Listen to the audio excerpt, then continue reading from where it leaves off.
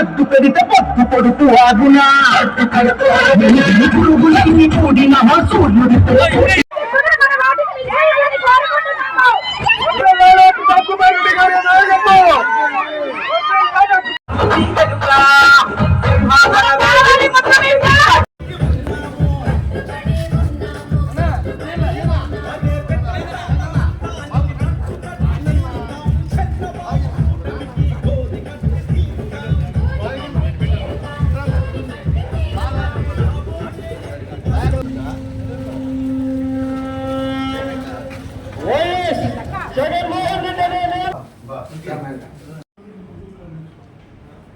మా నాన్న ప్రతాప్ రెడ్డి గారు అన్ని